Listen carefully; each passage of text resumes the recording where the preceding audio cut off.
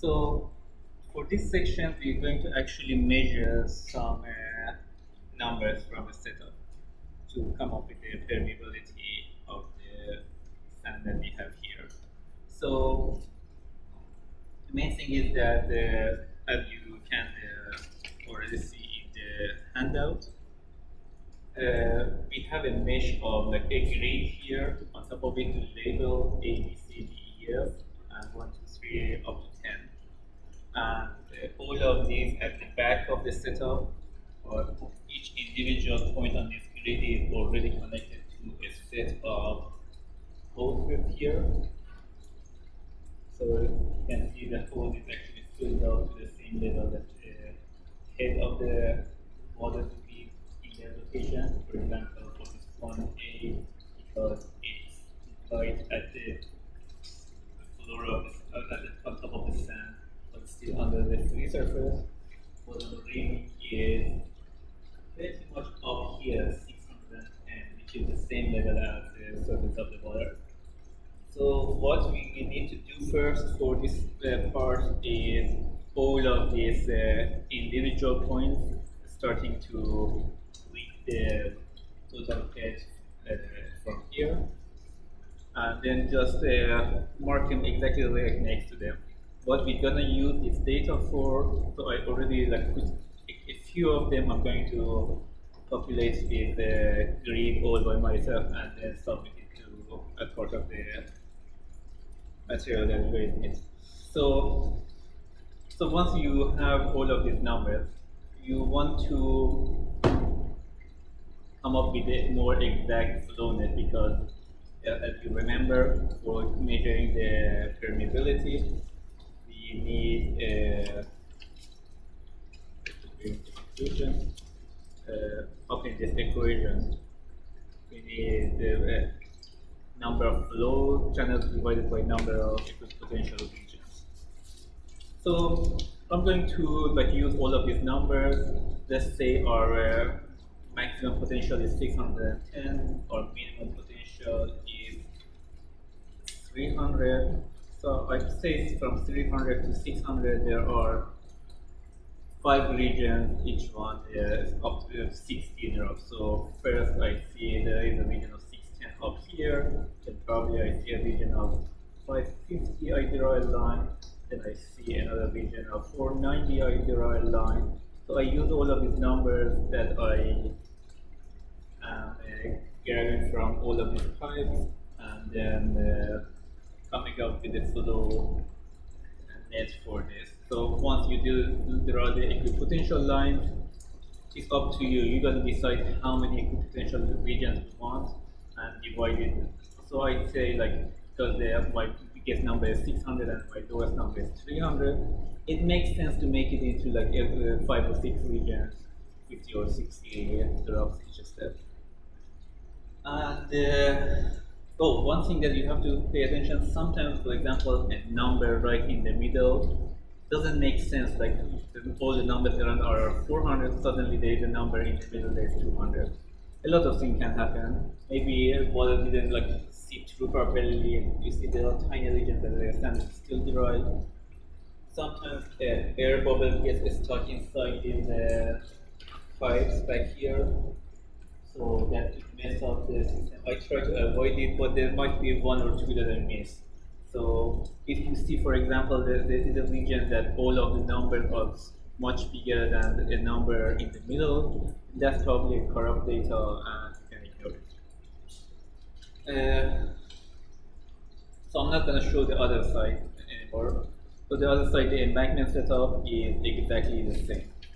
So we have, as you can see in this handout, we have a grid again. All of the grid A to G, 1 to 13, they all are connected to the pipes similar to this setup on the other side. And I will provide you with the numbers of each grid point, same practice. So all you want to do is to come up with the slowness for this setup, and then moving on to the calculating of the permeability. So don't forget, I forgot to mention earlier, make sure that you guys also submit the exact slowness that you guys going to draw based on the measurements that I provide you. So that was one part of calculating the permeability. So with that flow net, you will end up having NF over ND already figured out. So we need to know the B in that equation. So B is basically the thickness of this sand region or this setup over here. Thickness is, I hope you guys can hear me clearly. This thickness is exactly 10 centimeter. So the B in that equation is exactly 10 centimeter. Oh, by the way, all of the numbers that I'm going to provide you from this whole system for the potentials are in millimeter. I just gave you the thickness in centimeter, so make sure you are converting all of the units and are being consistent. The total head drop in the equation is basically the maximum head minus minimum head, which I already told you is about 300 millimeter total head drop. And then the final thing is what is the flow rate.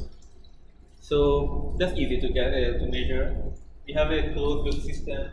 Water is flowing from up here, flowing down here, and I'm going to try to move the camera pointing it downward. Hopefully I can manage.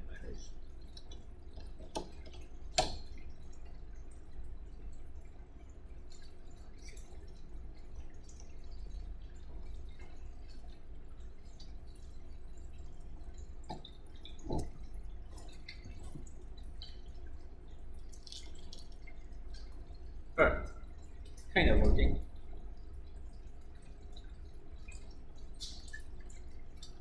So water is coming out of here through this pipe. I'm going to our reservoir. So what I'm going to do for this part is to see how much time it takes to fill a standard container here. So I'm going to set it up for now. I'm not going to start the test. Make sure everything's flowing normally. Alright. So I have my timer ready. I'm going to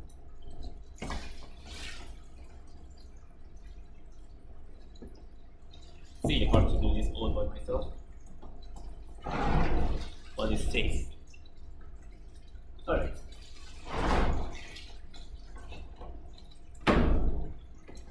Do this in a way that the water doesn't get constricted too much.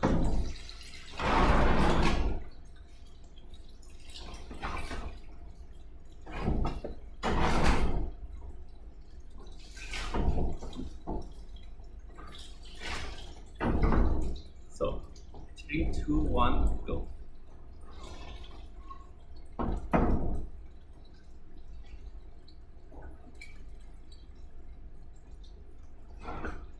And stop.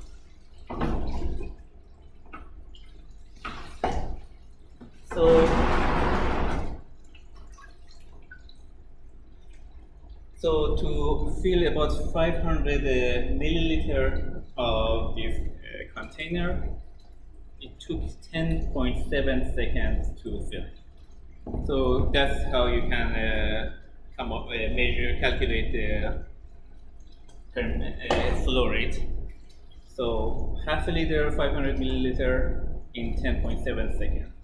And again, make sure that you convert all of the units. Basically, I provided you all of the units. So the time is second, and the flow rate is in milliliter per second. So you need to convert it all to be in the same system, or either the same cubic centimeter or cubic meter, depending on how you prefer. So that's all. So I'm going to try to shift the camera back. So I think that's all for this part. So when you also draw the flow net, you can also uh, calculate the exit gradient. So for this part, you will have all the information for the flow net too. And yeah, that's it, everything for this part. I'm gonna do the exact same thing for the other side too, and give you the information for flow rate on the other side as well.